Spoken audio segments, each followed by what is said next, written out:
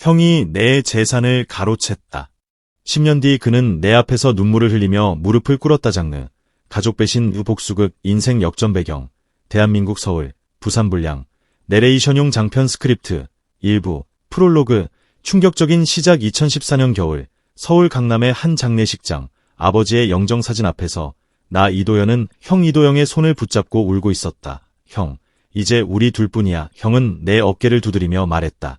걱정하지 마, 아버지. 회사, 우리가 같이 지키자. 그 말을 나는 믿었다. 그날 밤, 나는 몰랐다. 형의 손에 들린 서류 봉투 안에 무엇이 들어있는지, 그 서류 한 장이 내 인생 전부를 바꿔놓을 것이라는 사실을. 한 장, 무너진 하루. 아버지 이정호 회장은 서울 성수동에서 작은 인쇄소로 시작해 30년 만에 중견 건설자재 회사 정호산업을 일궈낸 사람이었다. 직원 200명. 연매출 400억. 아버지가 쓰러지기 전 나는 회사의 기획팀장이었고 형 도영은 영업본부장이었다. 장례를 치르고 일주일 뒤 변호사 사무실에서 유언장이 공개되던 날 나는 그 자리에서 심장이 멎는 줄 알았다. 이정호 회장님의 유언에 따라 정호산업의 지분 70%는 장남 이도영 씨에게, 나머지 지분과 자택은 변호사가 말을 잇기도 전에 나는 형의 얼굴을 봤다. 형은 놀라지 않았다. 그 순간 나는 알아차렸다. 형은 이미 알고 있었다. 도연아, 미안하다. 아버지 뜻이 그러셨어. 나는 웃음이 나왔다. 어이가 없어서 아버지는 평생 나에게 회사는 너희 둘이 반반씩 나눠 가지라고 말씀하셨다. 그런데 유언장에는 내 이름 옆에 지분 5%, 그리고 낡은 다세대 주택 한 채뿐이었다. 나는 그 자리에서 물었다. 형, 이 유언장 진짜 아버지가 쓰신 거 맞아? 형은 대답대신 자리에서 일어났다. 법적으로 문제없어. 공증까지 받은 서류야. 그때는 몰랐다. 그 공증인이 형의 대학 동창이라는 사실을. 2장, 배신의 그림자. 장례식이 끝나고 3개월. 나는 회사에 계속 출근했다. 그래도 형이니까, 그래도 가족이니까. 하지만 회사는 조금씩 달라지고 있었다. 내가 맡았던 신규 프로젝트가 갑자기 다른 팀으로 넘어갔다. 내 밑에 있던 직원들이 하나둘 인사이동으로 흩어졌다. 그리고 어느 날 인사팀 김 과장이 나를 조용히 불렀다. 팀장님, 이런 말씀드리기 죄송한데 본부장님께서 팀장님 자리를 정리하라고 하셨습니다. 정리? 무슨 정리? 권고사직입니다. 나는 형의 사무실로 뛰어 올라갔다. 형, 나를 자르는 거야. 진짜로. 형은 서류에서 눈도 떼지 않고 말했다. 회사 사정이 어려워. 너도 알잖아. 인건비 줄여야 해. 나는 부회장이었어. 아버지가 만든 회사야. 형이 처음으로 나를 똑바로 쳐다봤다. 그 눈빛에는 미안함이 없었다. 이제 이 회사는 내 회사야. 도연아, 그 한마디에 10년 동안 내가 믿었던 모든 것이 무너졌다. 세장 바닥까지 떨어지다 퇴직금 한 푼 제대로 못 받고 회사를 나온 나는 어머니가 물려주신 낡은 주택을 담보로 대출을 받아 작은 건자재 유통사업을 시작했다. 하지만 세상은 냉정했다. 거래처들은 이미 형 회사와 계약을 맺고 있었고 나에게 등을 돌렸다. 정호산업 이도영 본부장님이 자네랑 거래하지 말라고 하시던데. 거래처 사장의 그 한마디에 나는 손이 떨렸다. 형은 단순히 재산만 가져간 게 아니었다. 내가 다시 일어설 길까지 막고 있었다. 2년 뒤 사업은 부도가 났다. 아내는 아이를 데리고 친정으로 갔다. 당신, 이렇게 살 거면 나 못 살아. 나는 부산으로 내려갔다. 아는 사람 하나 없는 곳에서 이름도 숨긴 채 건설 현장 막노동을 하며 살았다. 밤마다 컨테이너 숙소에 누워 천장을 보며 생각했다. 형, 언젠가 반드시 되갚아주겠다. 내장, 다시 일어서다. 부산의 한 철근 가공 공장에서 일하던 어느 날 나는 공장 사장 박현우 대표의 눈에 띄었다. 자네, 현장 경험도 있고 회계도 볼 줄 안다며. 사무실로 올라와. 박 대표는 나에게 재고 관리와 영업 전략을 맡겼다. 나는 밤낮 없이 일했다. 정호산업에서 배운 영업 노하우와 밑바닥에서 배운 현장 감각을 합쳐 나는 작은 철강 유통망을 하나씩 넓혀갔다. 3년 뒤 나는 박 대표의 지분 일부를 인수해 공동대표가 되었다. 5년 뒤 회사 이름을 도연스틸로 바꾸고 부산과 울산 일대 건설 현장에 자재를 공급하는 중견기업으로 키워냈다. 그리고 나는 조용히, 아주 조용히 정호산업의 재무 상태를 지켜보고 있었다. 정호산업은 무리한 사업 확장과 형의 독단적인 경영으로 매년 부채가 늘어나고 있었다. 5장, 무너지는 정호산업 10년이 흘렀다. 정호산업은 대형 건설사와의 하도급 대금 미지급 문제로 소송에 휘말렸고 은행 대출 상환에도 실패의 부도 위기에 몰렸다. 형은 회사를 살리기 위해 투자자를 찾아 헤맸지만 이미 신용은 바닥이었다. 그러던 중 정호산업의 채권을 대량으로 인수한 한 투자회사가 나타났다. 미래파트너스 자산운용형은 그 회사 대표와 미팅을 잡았다. 미팅 당일 회의실 문이 열리고 형은 그 자리에 앉아있는 사람의 얼굴을 보고 그대로 굳어버렸다. 오랜만이네. 형 10년 만에 마주한 동생의 얼굴 앞에서 형은 아무 말도 하지 못했다. 6장 되돌아온 빚도. 도현아, 내가 여기 왜? 내가 정호산업 채권의 62%를 인수했어. 이제 회사의 운명은 나한테 달려있어. 형의 얼굴이 하얗게 질렸다. 도연아, 나 좀 살려줘. 회사 직원이 200명이야. 부탁이다. 10년 전 내가 회사에서 쫓겨나던 나영이 했던 말이 떠올랐다. 이제 이 회사는 내 회사야. 나는 담담하게 말했다. 형, 나도 그때 똑같이 부탁했었어. 기억나? 형은 고개를 숙였다. 미안하다. 그땐 내가 잘못했어. 미안하다는 말. 10년 전에 했으면 지금 이런 자리 없었을 거야. 나는 서류를 형 앞에 내려놓았다. 회사 정상화를 위한 조건이었다. 경영권 이양, 그리고 10년 전 유언장 위조에 대한 진실 공개 7장, 진실이 밝혀지다 내가 조사한 결과 아버지의 유언장은 형이 공증인 친구와 짜고 위조한 것이었다. 진짜 유언장은 아버지의 개인 금고에 남아있었고 그 안에는 지분을 정확히 반반으로 나누라는 아버지의 유필 서명이 있었다. 나는 형에게 선택지를 줬다. 직원들 앞에서 그리고 어머니 앞에서 진실을 말해. 그럼 회사는 살려줄게. 형은 오랫동안 침묵했다. 그리고 결국 전 직원이 모인 자리에서 입을 열었다. 10년 전 저는 아버지의 유언장을 위조해서 동생의 지분을 빼앗았습니다. 동생을 회사에서 내쫓았고 재기하지 못하도록 방해했습니다. 회의실 안 모든 직원이 술렁였다. 형은 그 자리에서 나에게 무릎을 꿇었다. 도연아, 미안하다. 정말 미안하다. 10년 동안 참아온 눈물이 그제서야 형의 눈에서 흘러내렸다. 8장 마지막 페이지 나는 형을 일으켜 세웠다. 형, 일어나. 사람들 다 보고 있어. 용서한 건 아니었다. 하지만 더 이상 미움으로 살고 싶지 않았다. 나는 정호산업의 새 대표이사로 취임했고 형은 일선에서 물러나 지방공장의 자문역으로 남았다. 어머니는 두 아들이 다시 한식탁에 앉은 모습을 보며 조용히 눈물을 훔치셨다. 그리고 나는 아버지의 산소를 찾아가 오랫동안 하지 못했던 말을 전했다. 아버지, 저 결국 해냈어요. 회사도 저 자신도 다시 일으켜 세웠어요. 바람이 불었다. 마치 아버지가 대답하듯이 형이 내 재산을 가로챘다. 10년 뒤 그는 내 앞에서 눈물을 흘리며 무릎을 꿇었다. 2부 프롤로그 정호산업 대표이사 취임 6개월 후 나는 회사 로비에서 낯선 남자와 마주쳤다. 그는 명함을 내밀며 웃었다. 이도현 대표님, 반갑습니다. 강런캐피탈 상무 서준석입니다. 나는 그 명함을 받아든 순간 등골이 서늘해졌다. 그 회사는 10년 전 형이 몰래 자금을 빌렸던 사채업체의 후신이었다. 그리고 그 뒤에는 내가 상상도 못한 사람이 서 있었다. 한 장 이상한 제안 서준석 상무는 회의실에 앉자마자 서류 한 장을 내밀었다. 정호산업 지분 15%를 저희 쪽에 넘기시죠. 좋은 조건으로 인수하겠습니다. 나는 서류를 훑어봤다. 시세보다 턱없이 낮은 가격이었다. 거절하겠습니다. 서 상무는 미소를 거두지 않았다. 신중하게 생각하세요. 대표님 형님, 이도영 씨의 개인 채무 문제가 아직 정리가 안 됐거든요. 나는 그 순간 알아차렸다. 이건 단순한 인수 제안이 아니었다. 이건 협박이었다. 두 장 드러난 비청을 찾아갔다. 형은 지방공장 사무실에서 조용히 지내고 있었다. 형, 강런캐피탈이랑 무슨 관계야? 형의 얼굴이 굳었다. 그게 10년 전에 회사 확장하면서 급하게 돈이 필요했어. 사채를 좀 썼는데 그게 아직도 얼마나 남았는데 원금 8억, 이자까지 하면 20억이 넘어. 나는 눈앞이 캄캄해졌다. 형이 지분을 위조로 가져갔던 진짜 이유가 이 빚 때문이었다는 것을 그제서야 깨달았다. 형, 왜 그때 나한테 말 안 했어? 형은 고개를 숙였다. 부끄러웠다. 내가 회사를 망칠 뻔했다는 걸 아버지한테도 너한테도 말할 수 없었어. 세장 조여오는 압박 강런캐피탈은 본격적으로 움직이기 시작했다. 정호산업의 주요 거래처에 소문을 흘렸다. 정호산업곧 부도난다더라. 대표가 형한테 회사 빼앗았다가 돌려받은 거라던데 네가 구리다더라. 거래처들이 하나둘 계약을 재검토하겠다며 연락해왔다. 은행에서도 대출 연장 심사가 갑자기 까다로워졌다. 나는 밤을 새워 회사 재무 상태를 점검했다.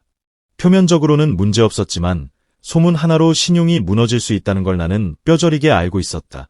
10년 전 형이 나에게 그랬던 것처럼 내장 뜻밖의 동맹 그날 밤 형이 사무실로 찾아왔다. 도연아, 나 좀 도와줘. 아니, 내가 너 도와줄게 무슨 소리야? 강런캐피탈 서준석, 그 사람 나 잘 알아. 예전에 나랑 거래하던 사람이야. 약점도 알고 있어. 형은 서준석이 예전에 다른 기업 인수 과정에서 불법 자금을 조성했다는 증거자료를 가지고 있었다. 이거 왜 지금까지 갖고 있었어? 혹시 몰라서. 나도 언젠가 이용당할까봐 모아뒀어. 처음으로 형과 나는 같은 편에서 싸우고 있었다. 5장 반경나는 법무팀과 함께 서준석의 불법 자금 조성 정황을 금융감독원에 제보했다. 동시에 거래처들을 직접 찾아다니며 회사의 실제 재무제표를 공개하고 설득했다. 저희 회사, 숫자로 증명하겠습니다. 소문이 아니라 사실을 보십시오. 거래처 대표들은 서류를 검토한 뒤 하나둘 마음을 돌렸다. 일주일 뒤 금융감독원이 강런캐피탈에 대한 조사에 착수했다는 소식이 전해졌다. 서준석은 더 이상 나타나지 않았다. 6장형의 진심이기가 지나간 뒤 형은 나에게 봉투 하나를 건넸다. 이게 뭐야? 내 지분 중에 남은 것들이야. 원래 너한테 갔어야 할 목. 나는 봉투를 열어보지 않고 형에게 돌려줬다. 형, 이제 이런 거 필요 없어. 형이 진심으로 회사 위에서 뛰는 거, 그거면 됐어. 형의 눈에 다시 눈물이 고였다. 고맙다, 도현아. 그리고 미안하다. 진짜로 7장 어머니의 마지막 말그의 겨울, 어머니가 편찮으셔서 병원에 입원하셨다. 병실에서 어머니는 우리 두 형제의 손을 꼭 잡으셨다. 너희 둘이 이렇게 같이 있는 모습, 내가 죽기 전에 볼 수 있어서 다행이다. 엄마, 그런 말씀하세요. 도연아, 도영아. 아버지가 살아계셨으면 얼마나 기뻐하셨을까. 어머니는 그렇게 두 아들이 화해한 모습을 지켜보며 편안히 눈을 감으셨다. 장례식장에서 형과 나는 어깨를 나란히 하고 조문객을 맞았다. 10년 전과는 완전히 다른 모습으로 8장 새로운 시작이 듬해 봄. 정호산업은 부산과 울산 지역 사업을 도연스틸과 통합해 새로운 회사 정호그룹으로 재출범했다. 나는 대표이사로, 형은 부회장으로 나란히 이름을 올렸다. 취임식 날 형이 나에게 조용히 말했다. 도연아, 아버지 산소에 같이 가자. 우리는 함께 아버지의 산소를 찾았다. 아버지, 저희 이제 진짜 형제로 돌아왔어요. 회사도 다시 하나가 됐고요. 바람이 불고 산소 앞에 국화한 송이가 살짝 흔들렸다. 10년의 배신과 고통 끝에 우리는 마침내 잃어버렸던 것을 되찾았다. 재산이 아니라 가족이라는 이름을, 형이 내 재산을 가로챘다. 10년 뒤 그는 내 앞에서 눈물을 흘리며 무릎을 꿇었다. 3부 프롤로그 정호그룹 출범 5년 후 회사는 베트남 하노이에 첫 해외 지사를 세웠다. 취임식에서 나는 형과 나란히 서서 테이프를 잘랐다. 카메라 플래시가 터지고 직원들의 박수가 이어졌다. 그날 밤 나는 호텔방에서 낯선 메일 한 통을 받았다. 발신자 서준석 오랜만입니다. 이도현 대표님. 이번엔 다른 방식으로 찾아뵙겠습니다. 10년 전에도 그리고 5년 전에도 사라졌던 그 이름이 다시 나타났다. 한장 조카의 등장한국으로 돌아온 나는 형의 아들, 내 조카 이민준을 처음으로 회사에서 마주쳤다. 민준은 미국 유학을 마치고 정호그룹 전략기획팀에 신입으로 입사한 상태였다. 똑똑하고 야심 있는 청년이었지만 어딘가 눈빛의 날이 서 있었다. 작은아버지, 저 잘 부탁드립니다. 인사는 정중했지만 나는 그 말투에서 미묘한 거리감을 느꼈다. 훗날 알게 됐지만 민준은 어릴 적 아버지가 나에게 무릎 꿇던 모습을 목격한 적이 있었다. 그날의 기억이 그의 마음속에 오랫동안 자리 잡고 있었다. 두장 베트남 지사 문제하노이 지사가 출범한 지 석 달 만에 현지 파트너사와의 계약에 문제가 생겼다. 계약서상의 자재 공급 단가가 본사 승인 없이 임의로 낮춰져 있었던 것이다. 담당자는 다름 아닌 민준이었다. 민준아, 이 단가는 누가 승인한 거야? 제가 현지 상황 판단해서 조정했습니다. 계약 따내려면 어쩔 수 없었어요. 이렇게 하면 우리가 손해보는 구조야. 왜 나한테 먼저 보고 안 했어? 민준은 잠시 나를 노려보다가 말했다. 작은아버지는 항상 그러시더군요. 자기 방식만 옳다고. 나는 그 말에서 민준이 나에 대해 오랫동안 쌓아온 오해를 느꼈다. 3장 뒤에서 움직이는 손며칠 후 나는 그 계약의 상대편 현지 파트너사 뒤에 강런캐피탈의 자금이 얽혀 있다는 사실을 알게 됐다.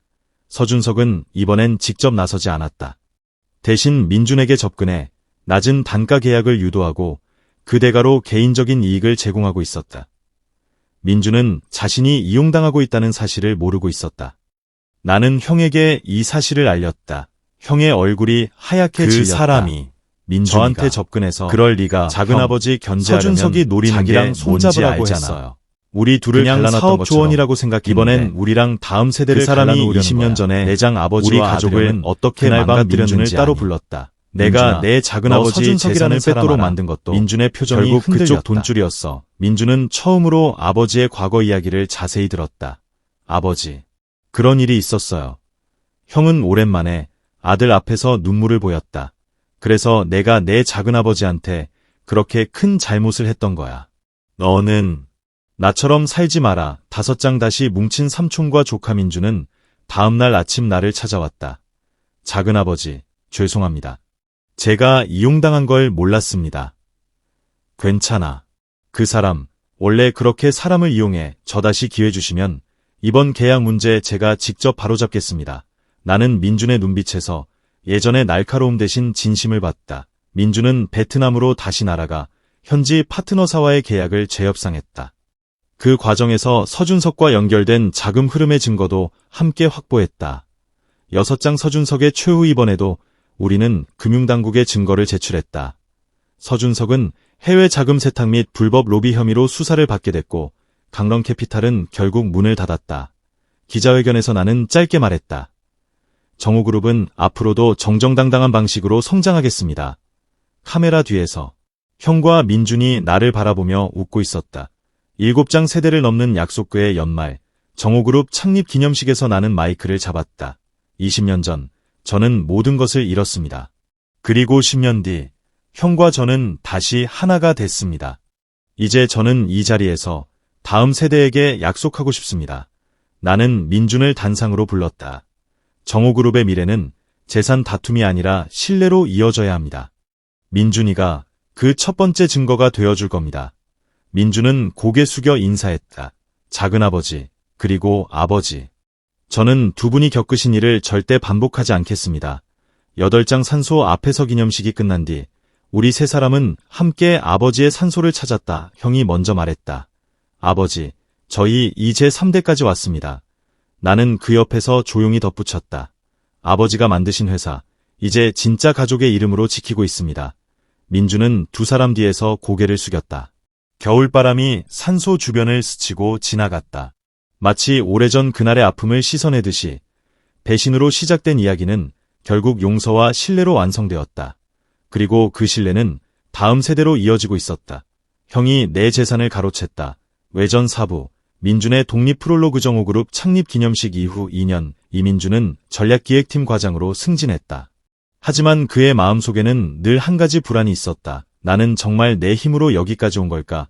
아니면 작은아버지와 아버지의 그늘 덕분일까? 어느 날 민준은 나를 찾아와 뜻밖의 말을 꺼냈다. 작은아버지, 저 사표 쓰겠습니다. 한 장 독립선언. 회의실에 정적이 흘렀다. 사표라니, 갑자기 무슨 소리야? 제 힘으로 회사를 만들어보고 싶습니다. 정우그룹 이름 없이 이민준이라는 이름으로요. 나는 잠시 형의 얼굴을 떠올렸다. 20년 전, 형도 비슷한 야망을 품었었다. 다만 그 방식이 잘못됐을 뿐이었다. 민준아, 이유를 들어보자. 저는 항상 이도영 부회장 아들이었어요. 제 실력이 아니라 배경으로 평가받는 게 싫습니다. 형은 그 말을 듣고 아무 말도 하지 못했다. 나는 민준에게 말했다. 좋아. 대신 조건이 있다. 회사 지원 없이 완전히 내 힘으로 해봐. 실패해도 아무도 원망하지 마라. 민준은 고개를 끄덕였다. 그게 제가 원하는 겁니다. 2장 맨땅에서 시작. 민준은 판교의 작은 사무실을 얻어 건설 자재 유통 스타트업 민서플라이를 세웠다. 초기 자본은 자신의 저축과 은행 대출뿐이었다. 정우그룹 이름은 쓰지 않았다. 명함에는 오직 이민준 대표라는 이름만 적혀 있었다. 첫 6개월은 순탄치 않았다. 거래처들은 신생업체를 믿지 못했고 계약은 번번이 무산됐다. 민주는 매일 밤늦게까지 거래처 리스트를 만들고 직접 발로 뛰며 영업했다. 그러던 중 한중견 건설사의 자재 담당자 최영훈 이사가 그에게 접근했다. 이민준 대표, 정호그룹 이도영 부회장 아들 맞죠? 우리랑 손잡으면 큰 물량 드릴 수 있어요. 민주는 흔들렸다. 정호그룹의 이름을 빌리면 사업이 훨씬 쉬워질 것이었다. 세장 유혹과 함정 최영훈은 계약 조건으로 정호그룹의 미공개 원가 정보를 요청했다. 작은 도움만 주시면 저희가 확실히 밀어드리겠습니다. 민주는 그 순간 깨달았다. 이것은 사업 제안이 아니라 자신을 이용해 정호그룹의 정보를 빼내려는 함정이었다.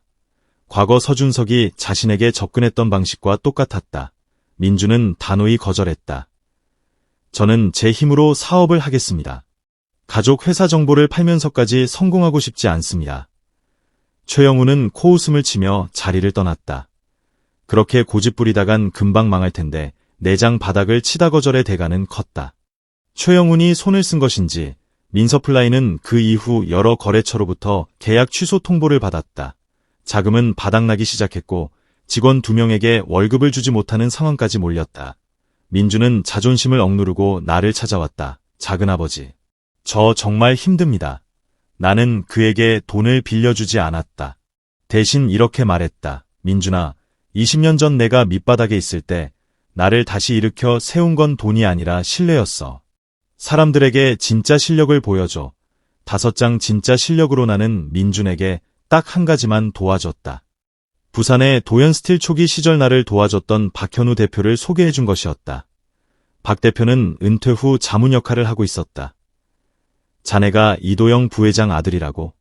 나는 자네 작은아버지가 아무것도 없을 때부터 봤어. 실력으로 증명해봐. 박 대표의 소개로 민주는 중소건설 현장 몇 곳과 소규모 계약을 따냈다. 이번엔 정직한 가격과 성실한 납기로 신뢰를 쌓아갔다. 입소문이 나기 시작했다. 민서플라이, 작지만 믿을 만하다. 6장 두 번째 시험 1년 뒤 최영훈이 다시 나타났다. 이번엔 다른 방식이었다. 그는 민서플라이의 거래처 중 하나의 거짓 정보를 흘렸다. 민서플라이, 곧 부도난다더라.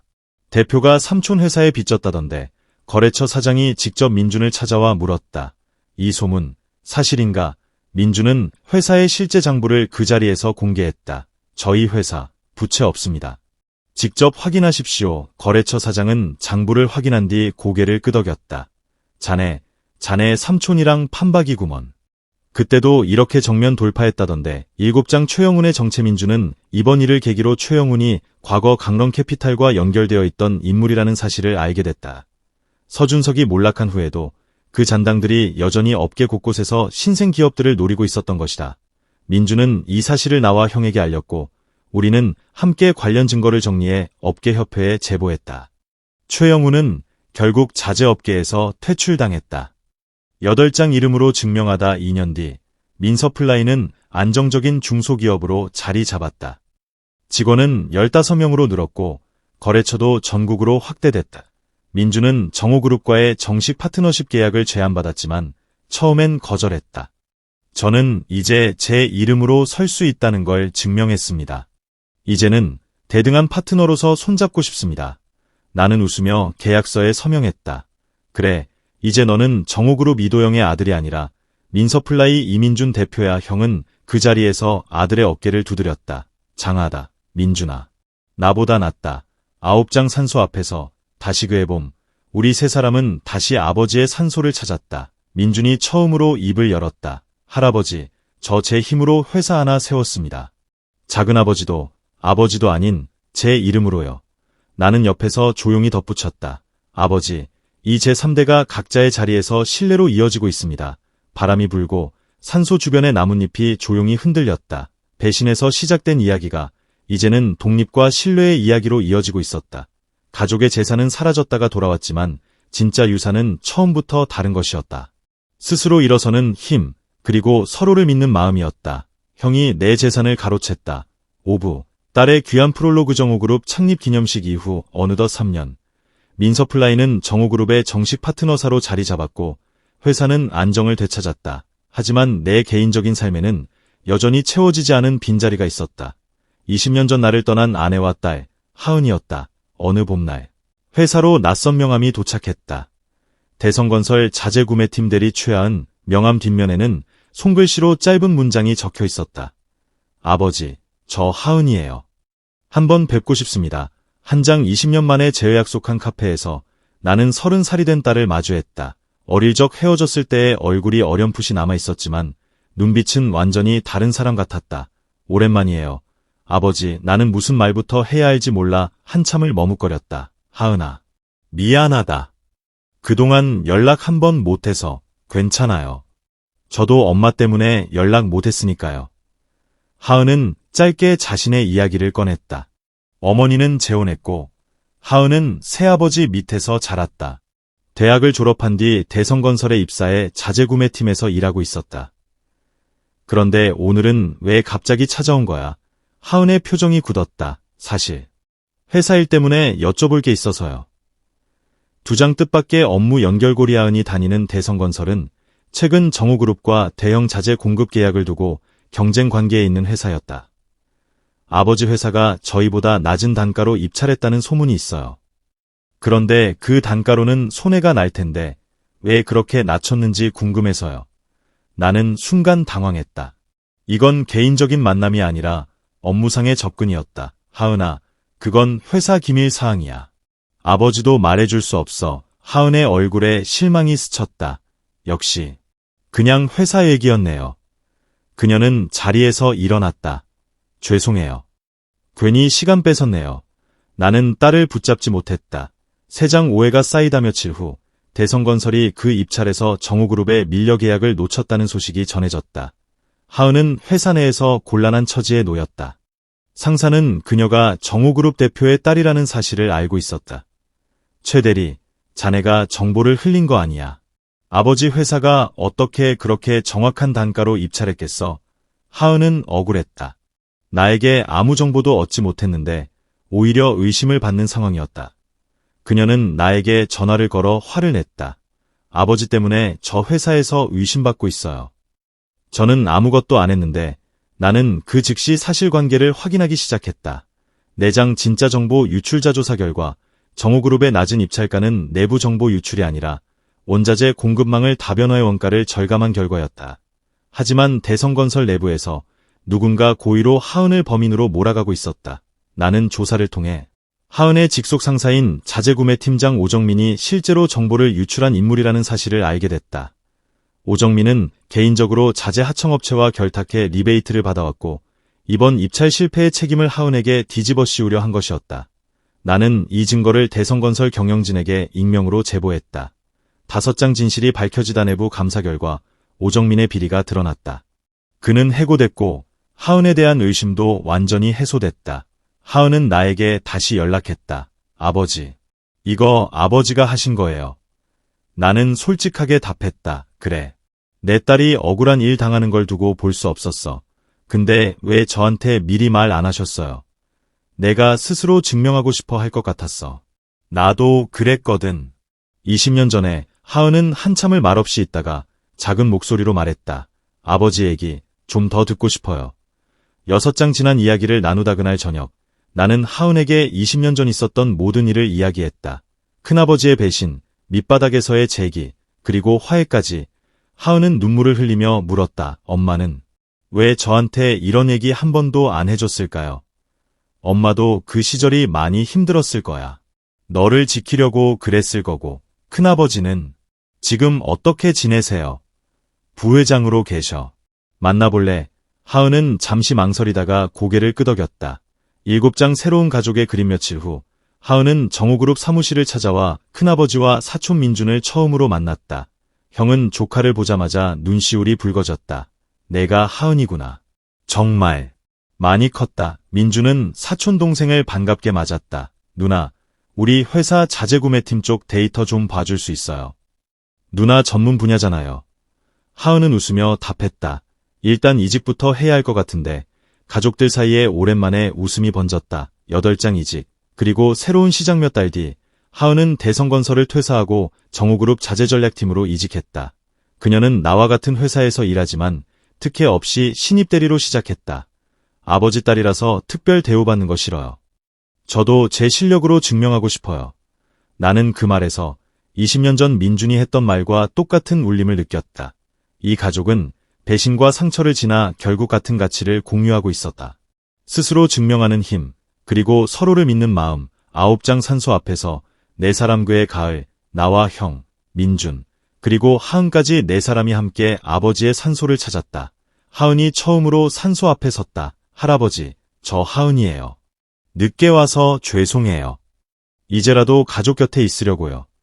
형이 옆에서 조용히 덧붙였다. 아버지, 이제 정말 온 가족이 다 모였습니다. 나는 하늘을 올려다보며 말했다. 아버지, 20년 전 잃어버렸던 것들, 이제 전부 다시 찾았습니다. 재산도, 형제도, 그리고 딸까지요. 가을바람이 산소를 스치고 지나갔다. 낙엽 한 장이 천천히 내려앉았다. 배신으로 무너졌던 가족은 이제 네 사람의 이름으로 완전히 다시 세워졌다. 형이 내 재산을 가로챘다. 6부. 회장의 시간 프롤로그 정호그룹은 이제 연매출 2천억 규모의 중견 그룹으로 성장했다. 베트남 지사는 동남아 3개국으로 확대됐고 민서플라이는 정호그룹의 핵심 협력사가 됐으며 하은은 자재전략팀 팀장으로 승진했다. 모든 것이 순조로워 보이던 어느 날 나는 정기 건강검진에서 예상치 못한 말을 들었다. 이도현 대표님, 췌장의 종양이 발견됐습니다. 정밀검사가 필요합니다. 나는 그 순간 20년 전 아버지가 쓰러지시던 그날을 떠올렸다.